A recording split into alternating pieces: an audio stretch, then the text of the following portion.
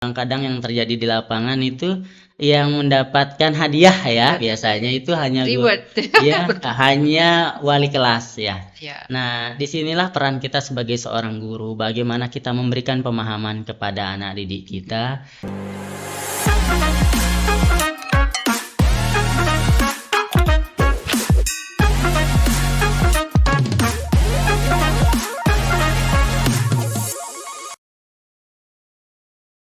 Halo, hai, selamat pagi, assalamualaikum warahmatullahi wabarakatuh. Jumpa lagi dengan saya Ibu Khairatun. Dan hari ini kebetulan hari Senin tanggal 25 November bertepatan dengan Hari Guru. Kita akan membahas kupas tuntas tentang guru ya. Dan hari ini kita kedatangan bintang tamu yang ilmunya sudah lumayan banyak ya untuk dicontek, Masya Allah luar biasa. Dan siapakah dia? Saya akan memperkenalkan untuk Anda semua. Mari Pak Guru. Oke, baik. Terima kasih atas kesempatannya. Assalamualaikum warahmatullahi wabarakatuh. Perkenalkan, saya atas nama Ariswandi. Saya adalah salah satu Dewan Guru di SMP Negeri 1 Atap 3 Pringgabaya. Senang sekali bisa hadir di podcastnya Bu Khairatun. Kita bisa sharing di sini, bisa berbagi tentang apa sih Hari Guru. Terima kasih sudah diundang. Sama-sama Pak Guru, dan terima kasih juga untuk kehadiran Bapak yang nantinya kita akan korek mengenai ilmu yang sudah Bapak pelajari untuk diimbaskan kepada kita semua guru. Oke, siap ya. Bapak, ya. Kita sharing Bu Guru ya, bukan berarti saya yang paling hebat ya. Semua guru itu hebat. Iya Pak Guru. Sebelum kita lanjut pertanyaan Pak Guru ya. Saya pantun dulu nih Pak Guru. Wah, cakep nih kayaknya. Kita. Ya, burung pipit terbang rendah, mencari makan di seladahan. Cakep. Hari ini penuh berkah. Mari hormati guru dengan penuh penghargaan. Oke, mantap. Tepuk tangan dulu buat host kita ini. Luar biasa. Dengar pantun Bu Guru nih, jadi saya tertantang ini. Aduh, mikir dulu nih, saya nggak mau kalah dong ini. Saya harus mantun dulu. Ada pantun ternyata ya. Iya dong, nggak mau kalah ini. Oke ya, saya kasih pantun juga untuk penonton kita. Perahu berlayar, perahu di lautan biru. Masya Allah. Airnya tenang di pagi yang cerah. Oke. Guru bagai pelita yang menerangi ilmu, membimbing langkah ke jalan yang indah. Cakep, jalan ini. Bapak jago juga ini main pantun. Nggak mau kalah kalau pantun-pantunan Guru. Oke Pak Guru, karena tadi kita sudah membahas tentang apa namanya? Hari Guru. Iya, hari ini kita akan membahas Hari Guru Pak Guru ya. Tanggal 25 November. Apa sih makna dari Hari Guru menurut Bapak? Oke, makna Hari Guru bagi saya, sebab apalagi saya seorang guru ya, Bu Guru.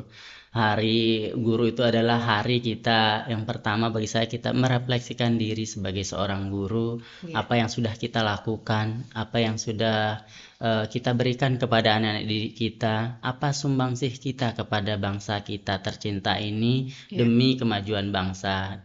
Itu yang pertama. Kemudian yang kedua, menurut saya Hari Guru adalah hari kita mengapresiasikan kepada guru, bapak ibu guru kita dan diri kita. Apresiasi dulu supaya kita nggak stres sebagai seorang guru, dengan memberikan, tidak harus berupa materi, tetapi bagaimana kita mendapatkan motivasi-motivasi di hari yang bahagia ini.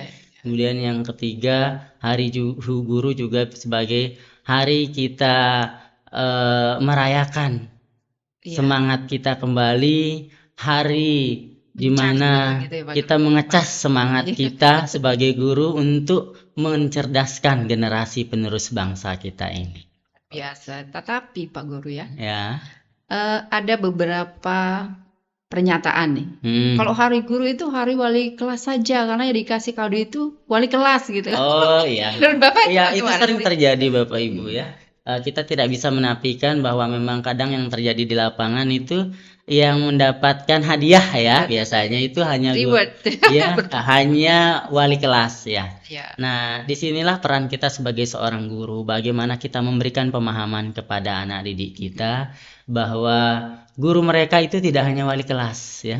Tapi ada guru-guru yang lain yang juga berjasa membantu mereka mencapai Mimpi apa yang menjadi cita-cita mereka.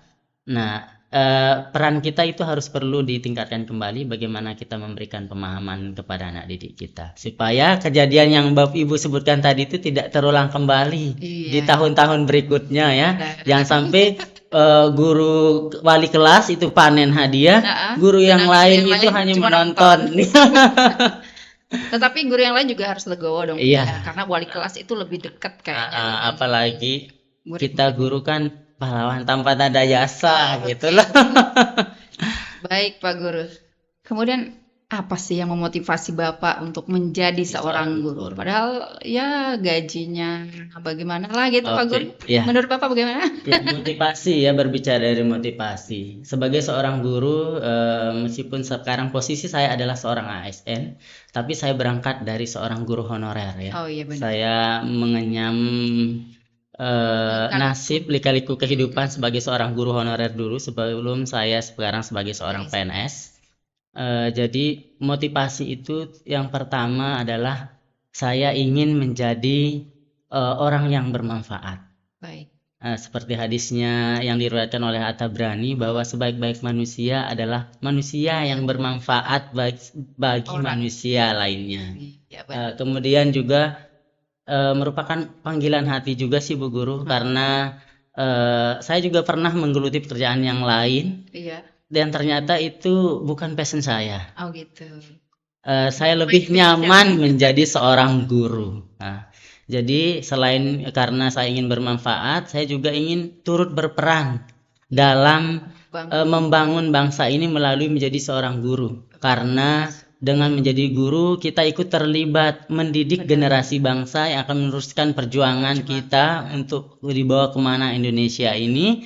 Nah, melalui guru inilah saya ikut berperan dalam mendidik generasi penerus bangsa kita ini. Bu, orang berjuang pakai senjata berdarah-darah, Pak Guru ya. Iya. Kita hanya sekedar menyampaikan ilmu yang kita bisa, gitu ya. Iya, dengan berbagi apa yang kita bisa lakukan untuk generasi-generasi penerus kita ini. Astagfirullah ya. Kemudian ada lagi nih Pak Guru. Bisa diceritakan pengalaman yang sangat berkesan selama menjadi seorang guru ya. Sebenarnya pengalaman jadi guru itu semuanya berkesan. Iya. Tidak ada pengalaman yang tidak berkesan. Tapi mungkin saya cukup ceritakan satu saja. Dan semoga ini bisa mengecas semangat saya pribadi dan Bapak Ibu guru yang lain. Saya pernah mengikuti sebuah program yang namanya SM3T, Sarjana Mendidik di Daerah Terdepan, Terluar, dan Tertinggal. Di tahun 2012-2013. Itu masih dalam proses perkuliahan? Tidak, namanya Sarjana Mendidik Bu Guru, jadi sudah sarjana. Tapi saya waktu itu baru sarjana. Kemudian saya mengikuti program tersebut, kita dikirim ke daerah-daerah 3T. Waktu itu saya ditugaskan ke Kabupaten Alor, Provinsi NTT. NTT. Ya. Dan di sana itu namanya Kabupaten Alor ini adalah kepulauan.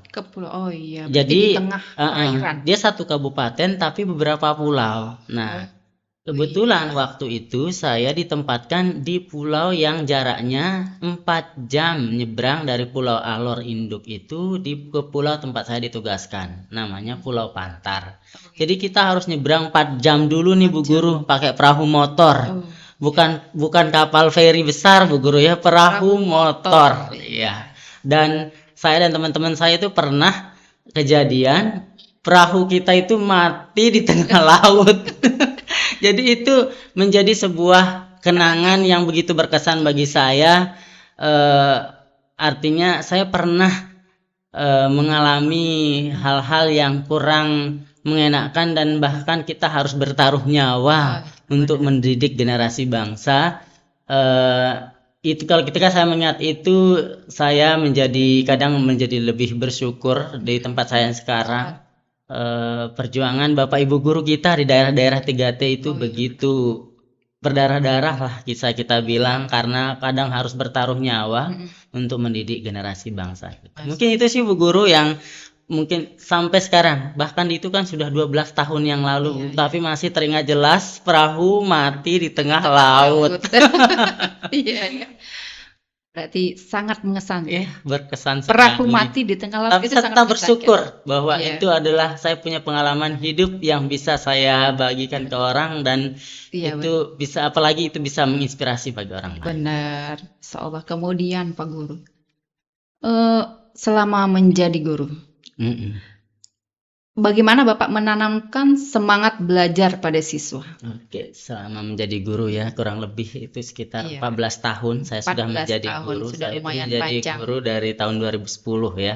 Oh iya. Bagaimana kita menanamkan semangat belajar kepada anak didik kita? Yang pertama itu ya, kita harus selalu menjadi motivator kalau kita jadi guru. Motivator. Ya, selalu memberikan motivasi kepada anak-anak didik kita supaya tetap semangat belajar.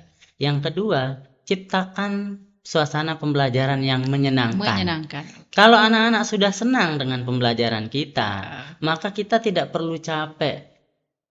Dan pembelajaran itu akan juga terasa cepat dia selesainya kalau dia Iya, menyenangkan. benar. Anak-anak itu tidak terasa waktunya habis Ya, kalau dia menyenangkan. benar. Kemudian yang ketiga, kita juga harus bisa menjelaskan kepada anak didik kita apa sih relevansi pembelajaran kita hari ini dengan kehidupan nyatanya mereka. Ya, kehidupan sehari-hari gitu. Iya, kalau mereka tidak tahu apa sih manfaat saya belajar IPA, apa manfaat saya belajar IPS, apa manfaat saya belajar matematika dengan kehidupan mereka, mereka ya nggak tertarik untuk belajar. Jadi ketika mereka paham apa sih manfaatnya, mereka akan tertarik untuk belajar. Itu sih beberapa hal yang bisa kita lakukan untuk meningkatkan motivasi belajar anak-anak. Jadi sepertinya perlu kita belajar menjadi Iya, motivator. perlu sekali. Guru itu harus serba bisa. Serba bisa. Bahkan kalau bisa juga punya ilmu bela diri juga. Kok bisa begitu Pak Guru? Ya, untuk menghadapi anak didik kita yang istimewa. Oh iya benar. Karena pasti ketika menjadi guru kita akan menemukan siswa-siswi kita juga yang ahli bela diri dan istimewa. Berarti guru itu harus multi talent. multi talent. Ya, kemudian Seperti Bu Guru ini, selain jadi guru bisa jadi host. Oh iya, Masya Allah ya. Masya Allah, ternyata punya bakat lain ya selain Iya. Kemudian harapan Bapak terhadap generasi penerus kita harapan. yang fokusnya hanya gadget saja mungkin sebagian. Oke ya. Kalau kita berbicara harapan ya, setiap guru itu tidak ada menginginkan sesuatu yang tidak baik untuk anak didiknya. Bagaimanapun kelakuan sikap dari anak didik kita selalu berharap ya, mereka akan menjadi generasi yang mampu membawa Indonesia ke arah yang lebih baik, menjadi negara yang maju. Benar. Kita selalu berharap anak-anak didik kita ini bisa belajar dengan baik, bisa kita tuntun dengan apa yang kita miliki menjadi generasi yang mampu membawa Indonesia menuju Indonesia emas. Apalagi di tahun 2045 kita akan merayakan 100 tahun kemerdekaan Indonesia. Semoga di 100 tahun itu Indonesia menjadi negara yang maju dan disegani oleh negara-negara yang lain. Wah, luar biasa. Oke. Saya kemarin sempat dengar bagaimana Bapak merasa bangga di daerah terpencil itu dengan hari kemerdekaan. Mungkin Bapak bisa ceritakan itu. Oke. Kalau yang itu begini ya Bu, itu salah satu yang membuat saya juga berkesan sekali di daerah waktu di Alor itu, bahwa waktu itu karena di sebelumnya di daerah kita saya tidak pernah menemukan Bapak Ibu yang kerjanya petani atau yang lain, semua berbagai profesi itu ikut terlibat dalam apel hari kemerdekaan 17 Agustus. Nah, di sana itu saya menemukan fenomena Bapak Mama, di situ kan kalau di NTT kita bilangnya Bapak Mama. Oh, Bapak itu Mama. Mereka itu kalau sehari-harinya pakaiannya ya yang sederhana sekali, Ibu. Nah, tetapi ketika di hari kemerdekaan kita 17 Agustus, mereka dengan semangatnya gembira ria mengeluarkan pakaian terbaik yang mereka miliki, dan ibu-ibu yang mereka berias dengan cantiknya untuk menyambut hari kemerdekaan kita. Lebaran dong Pak. Iya, kalau kita di Islam itu kayak mereka merayakan hari Lebaran. Begitu semangatnya mereka merayakan kemerdekaan dengan mengeluarkan pakaian terbaik dan ikut apel hari 17 Agustus. Itu Dan itu Bagus menunjukkan bahwa nilai nasionalisme mereka sangat tinggi. tinggi. Nah, itu yang mungkin yang bisa kita tiru, bagaimana kita membangkitkan nasionalisme anak-anak didik Betul. kita atau saudara-saudara kita, bapak ibu kita di rumah, Betul. bagaimana bisa serta. mewujudkan rasa nasionalisme yang seperti yang saya alami di Alor di tahun 2012-2013. Sebenarnya Bapak harus memprogramkan di sekolah juga. Oke, Bagaimana selalu kita ya. ikut Oke, apa namanya? Apel dengan ya di hari 17 ya. Walaupun agak melenceng dikit Pak Guru, enggak Oh, apa-apa ya. nggak masalah ya, Oke. tetap masih di koridor, masih terkait pendidikan. Pendidikan. Bagaimana kita menanamkan rasa nasionalisme Nasionalisme. kepada anak-anak didik kita. Baik, Pak Guru. Jadi karena ini zaman globalisasi, zaman digital, Oke, tentunya ya. banyak tantangan nih Pak Guru Oh, ya. benar sekali. Ya, jadi tantangan utama dalam proses belajar yang Mm-mm. dihadapi oleh guru saat ini, Oke. terutama di era digital. Oke, tantangan kita sebagai guru di era digital ya. Oke, yang pertama pastinya ya, ketika kita berubah, ketika era itu sudah berbeda, maka kita harus belajar lagi tentang era tersebut. Mungkin ada sebagian Bapak Ibu guru kita yang mereka adalah produk-produk dari era sebelum zaman digital. Jadi yang pertama itu tantangannya sebagai seorang guru ya kita harus selalu mengikuti perkembangan zaman. Jadi ketika era sudah digital, maka tantangannya kita harus bisa ikut menjadi guru yang bisa menggunakan teknologi dalam pembelajaran. Kemudian tantangan berikutnya adalah namanya kita di Indonesia dengan kurang lebih 17.000 pulau dengan 38 provinsi di negara kita ini, pemerintah punya PR besar menyiapkan sarana dan prasarana penunjang pembelajaran kalau kita berada di abad 21. Nah, jadi fenomena-fenomena yang terjadi di lapangan masih banyak sekolah-sekolah kita di Indonesia ini yang kekurangan sarana dan prasarana yang bisa mendukung pembelajaran era digital tersebut. Belum lagi tantangan selanjutnya adalah tadi kan guru, kita sebagai guru juga harus belajar. Nah, begitupun anak didik kita. Jadi ada anak-anak didik kita yang baru mengenal teknologi. Jadi itu juga menjadi tantangan bagaimana kita bisa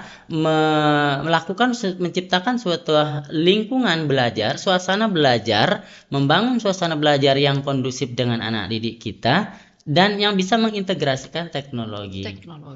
Oke, tantangan berikutnya adalah bahwa orang tua kita di rumah, wali-wali murid kita, itu kadang juga apalagi yang tidak mengenyam bangku pendidikan dan berada di daerah-daerah yang terbatas dengan teknologi, itu akhirnya kan mereka belum bisa memberikan peran aktifnya mengenalkan teknologi kepada anak didik kita, sehingga peran guru yang harus lebih dominan mengenalkan teknologi kepada anak didik kita. Jadi dari sisi guru ada tantangannya, dari pemerintah juga ada tantangan, peserta didik kita, wali murid punya tantangan-tantangan sendiri-sendiri. Jadi di sekolah juga harus dilengkapi dengan sarana dan prasarana. Begitu. Oke, Pak Guru. Kemudian nilai moral. Karena di era digital semua bisa diakses dengan bebas.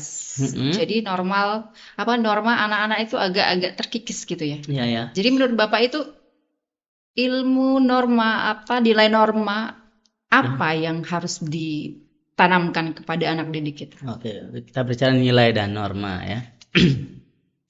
Sebenarnya itu kita sudah punya pemerintah kan kita melalui kementerian, kalau dulu namanya Mendikbudristek kan, sekarang Mendikdasmen. Itu sudah punya program di mana kita seorang guru dikasih akun belajar untuk guru berbeda, untuk siswa berbeda, akun belajar ID ya. Nah, ketika kita menggunakan akun belajar ID itu di gadget anak-anak kita, itu sebenarnya sudah menjadi langkah preventif, pencegahan supaya anak-anak didik kita itu tidak bisa mengakses hal-hal yang aneh-aneh lah. Nah, kalau dia menggunakan akun belajar ID tersebut, itu langkah preventif ya, Ibu Guru. Bisa dilakukan itu nanti mungkin di sekolah kita itu kita sudah coba, itu Pak Kepala sudah begitu. Kita aktifkan anak-anak menggunakan belajar ID. Nah, hanya saja nanti kita peran orang tua juga harus sangat penting dalam mengkawal proses tersebut. Kemudian hal yang bisa kita lakukan juga adalah penanaman nilai-nilai dan moral. Contoh nilai rasa tanggung jawab, Ya, supaya dia bertanggung jawab dengan bertanggung teknologi yang dia jawab. pegang. Kemudian rasa simpati, empati, jujur, Ya, sopan santun. Nah, selain penanaman nilai, kita harus memberikan contoh ya.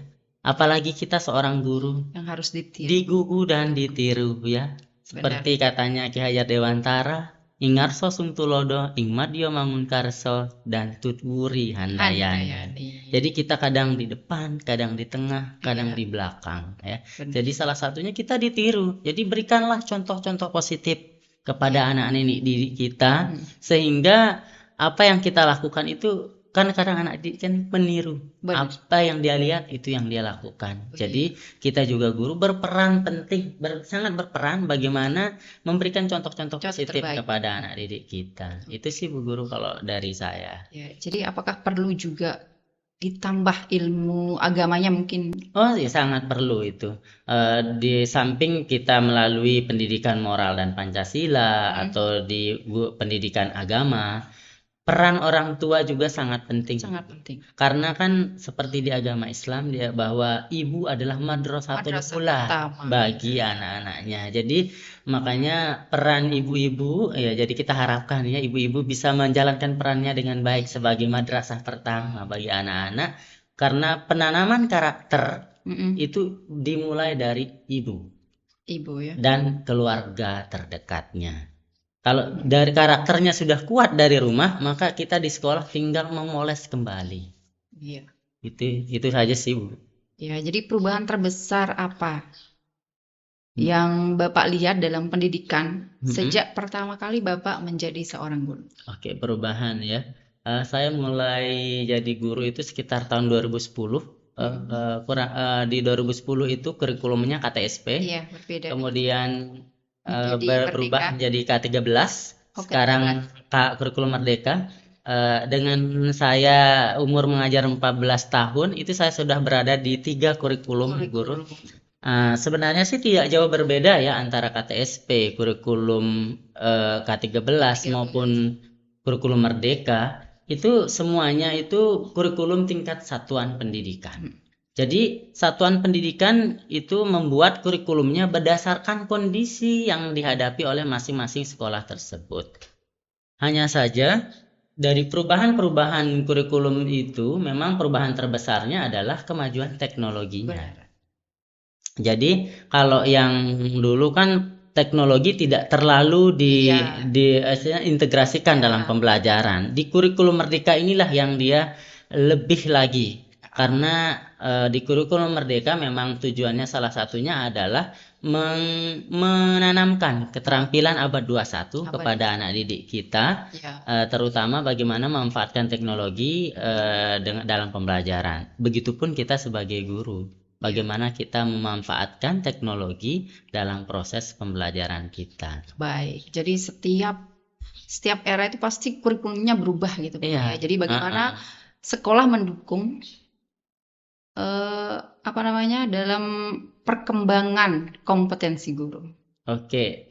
Kalau di sekolah kita Bu ya, di SMP Sastabaya, alhamdulillah kita punya kepala sekolah yang punya visi ke depan. Iya, beliau orang yang sangat terbuka dengan kemajuan dan update. Sangat update. Bahkan kita kalah update dari Bapak kepala sekolah kita.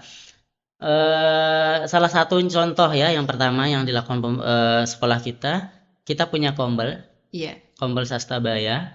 Di situ kita berbagi dan berkolaborasi, berdiskusi tentang bagaimana pembelajaran di kelas. Kita bisa berdiskusi dengan sesama rekan guru di situ. Itu salah satu wadah kita di sekolah. Kemudian yang kedua, beliau selalu mengingatkan kita untuk selalu aktif belajar secara mandiri di PMM.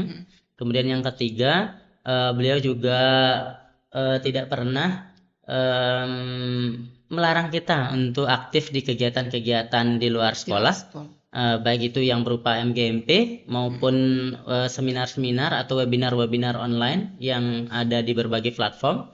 Beliau itu selalu mendukung kita untuk aktif peningkatan kompetensi baik di sekolah maupun di luar sekolah.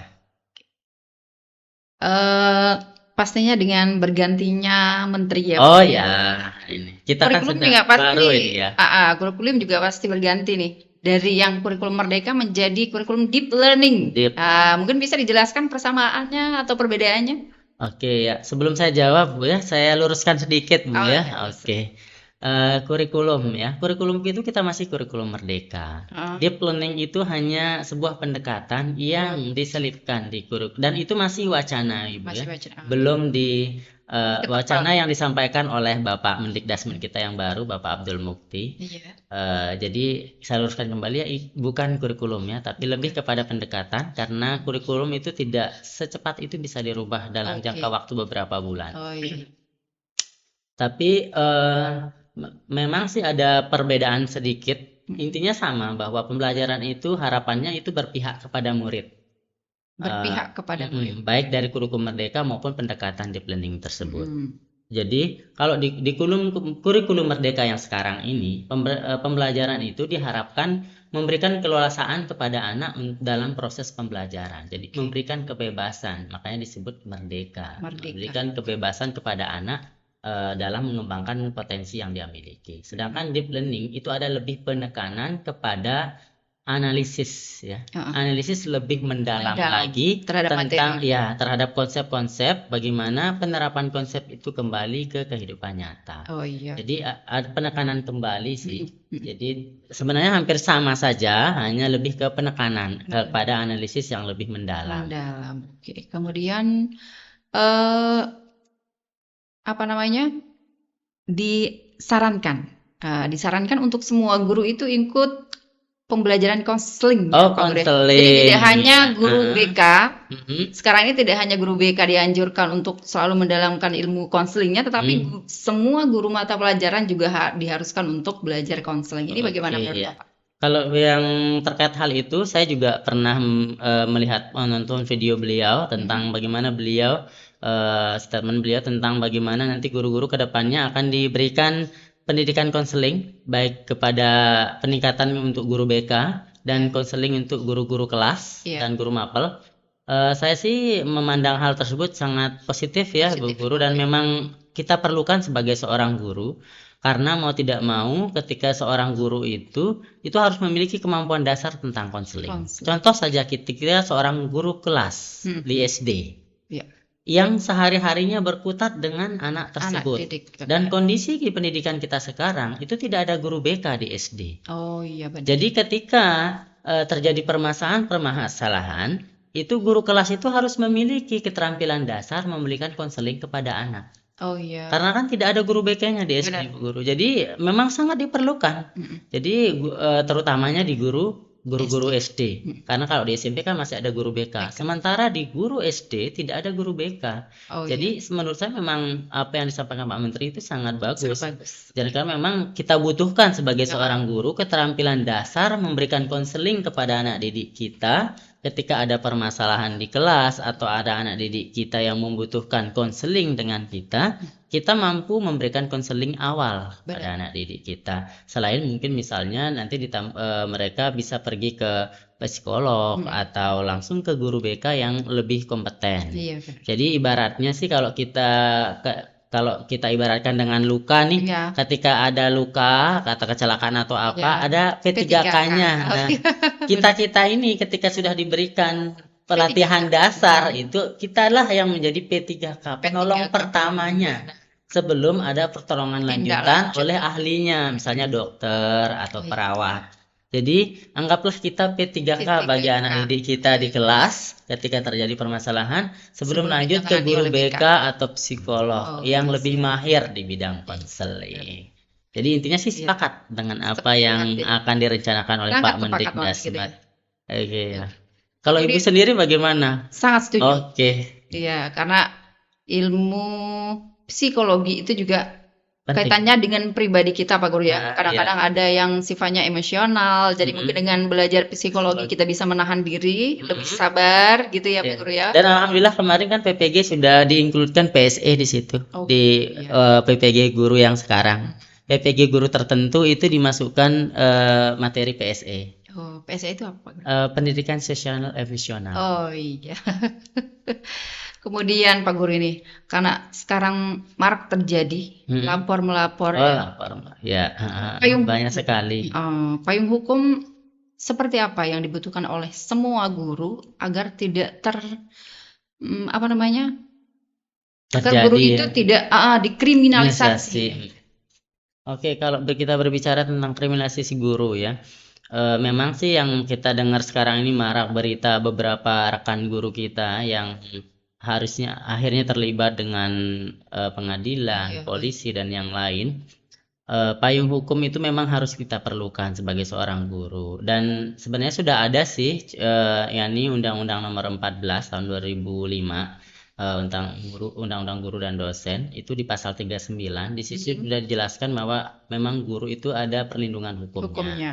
Hanya saja memang kita butuh yang lebih tegas lagi. Oh iya. Karena itu kan hanya berupa pasal Bu Guru. Oh, Nah, mungkin yang ada yang lebih kuat lagi, payung hukum yang lebih kuat kuat. yang kita Ya, oke. butuhkan. Kemudian guru-guru juga mungkin butuh lembaga peradilan. Oh iya. Karena kan supaya lebih jelas mana kasus-kasus yang seperti apa yang bisa termasuk kategori bahwa itu Harus adalah suatu di- tindakan kekerasan atau pendisiplinan.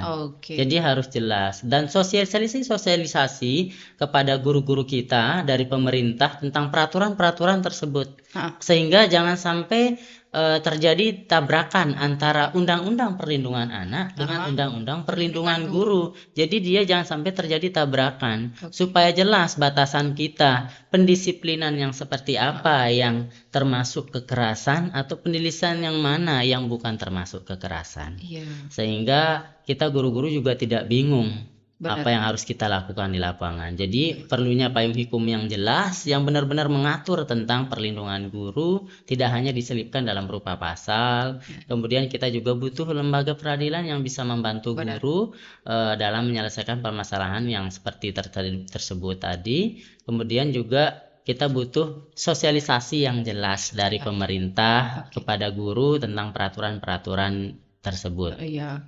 Seperti parodi video yang kita lihat besar Ya, Pak Guru ya. akhirnya guru-guru Yang tidak ada cuek, mengurus anak. benar. Karena Apapun yang takut. dilakukan anak takut masalahnya nanti di Bahkan untuk negur anak aja kita jadi takut. Iya. Jadi kalau semuanya sudah jelas, clear, jadi kan kita tidak takut sampai sejauh mana kita harus melakukan pendisiplinan kepada anak didik kita. Dan pertanyaan terakhir nih Pak Guru. Oke, pamungkas pastinya ya.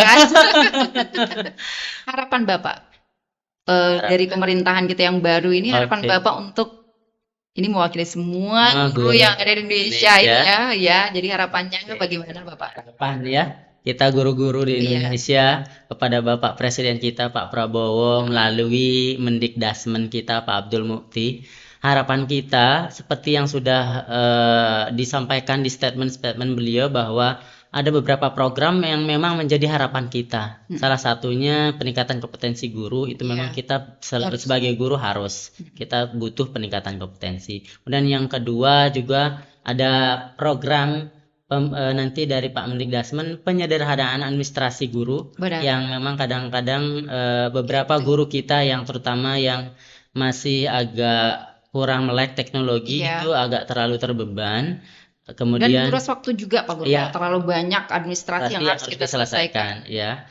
Kemudian yang ketiga kesejahteraan guru. Kesejahteraan. Ini yang perlu ditekankan di situ tuh Pak Guru. Poin pentingnya di situ ya.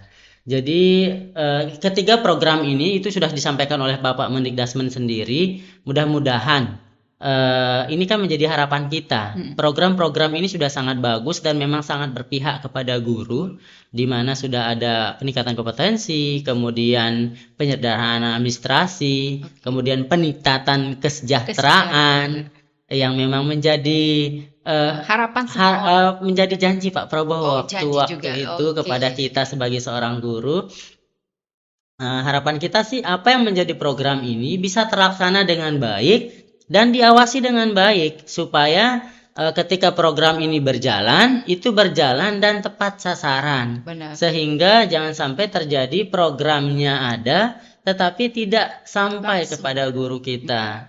seperti yang kita harapkan, kita sebagai seorang guru meskipun kita adalah pahlawan Bu, Iya. tanpa tanda jasa, tetapi guru itu adalah orang yang punya keluarga, punya anak, punya istri yang harus dia hidupi. Di sekarang seperti yang kita hadapi saat ini kan masih banyak guru-guru, teman-teman guru kita yang masih jauh dari kata sejahtera, yang akhirnya kadang-kadang kita lihat video-video di mana-mana beredar ada seorang guru bahkan harus memulung setelah menjadi seorang guru yang menjadi pemulung untuk memenuhi kebutuhan hidupnya. Mencari Iya, pekerjaan sampingan. pekerjaan sampingan. Karena masih banyak guru honorer kita yang penghasilannya masih jauh dari kata layak. Jadi harapan kita Bapak Presiden dan Bapak Menteri melalui menterinya semoga bisa membawa kesejahteraan bagi guru seperti yang disampaikan statement oleh Pak Menteri Mendikdasmen kita. Mudah-mudahan peningkatan kesejahteraan itu tidak hanya bagi guru-guru tertentu, tetapi semua guru Tanpa mendapatkan tanpa terkecuali mendapatkan peningkatan kesejahteraan. Dan perlu jangan pakai syarat-syarat itu Pak Guru Iya, karena kita sama-sama pendidik. Iya, Jangan sama-sama dipilih-pilih tapi semua supaya tidak ada kecemburuan sosial, ada yang mendapatkan penambahan pendapatan, ada yang tidak. Jangan supaya ada yang dapat, ada yang nonton. Jadi semua dapat, tidak ada yang menjadi penonton ya. Tetapi saya juga berpesan sih kepada kita guru-guru, semoga nanti insya Allah kalau misalnya program peningkatan kesejahteraan guru ini juga sudah berlaksana, kita juga sebagai guru mari kita berikan kinerja terbaik kita untuk mendidik anak bangsa, karena anak-anak yang kita didik sekarang ini adalah pemimpin-pemimpin bangsa kita di generasi emas, di Indonesia emas tahun 2045. Hidup Indonesia. Mantap ya. Oke, terima kasih Pak Guru untuk ilmunya yang panjang lebar, dan itu pertanyaan terakhir tadi Pak Guru Oke, terima kasih. Akhirnya berakhir juga setelah banyak sudah mulai panas. diskusi. Alhamdulillah. Sebelum saya tutup Pak Guru ya. Kasih pantun lagi nih. Oke, cakep nih, cakep. Guru selain jadi host ternyata pintar pantun juga ya. Multi talent. Oke, mantap. Mentari pagi cerah bercahaya. Guru bernyanyi di atas dahan. Cakep. Guru pahlawan tanpa tanda jasa, ilmu diberi tanpa kenal. Oke, mantap. Pahlawan tanpa tanda jasa. Aduh, harus mikir ulang ini ya. Sebagai bintang tamu nggak boleh kalah nih sama host. Iya, harus kasih pantun juga nih. Ntar ya, saya pikir dulu ya. Oke, guru bijak penuh wibawa. Oke. Mengajar tulus penuh harapan. Mantap, cakep. Hari ini hari istimewa. Oke. Terima kasih atas pengabdian. Oke, sama-sama. Selamat Hari Guru. Selamat Hari Guru. 25 November tahun 2024. Semoga guru-guru di Indonesia makin sejahtera, makin semangat mendidik anak-anak bangsa. Semangat. Terima kasih sudah diundang di podcast Sastabaya. Dan saya juga khususnya sebagai host sangat berterima kasih atas kehadiran Bapak hari ini. Oke, sama-sama. Ya, baik Pak Guru. Kita akhiri saja perjumpaan kita kali ini. Mungkin kita akan bertemu di kesempatan. Oke, semoga ada kesempatan berikutnya ya. Oke, penonton Sastabaya dimanapun berada, kita tutup saja pertemuan kita kali ini. Dan insya Allah kita akan bertemu lagi di kesempatan di waktu yang sama. Oke. Kita tutup dengan sama-sama baca Alhamdulillah. Alhamdulillah. Assalamualaikum warahmatullahi wabarakatuh. Waalaikumsalam warahmatullahi wabarakatuh.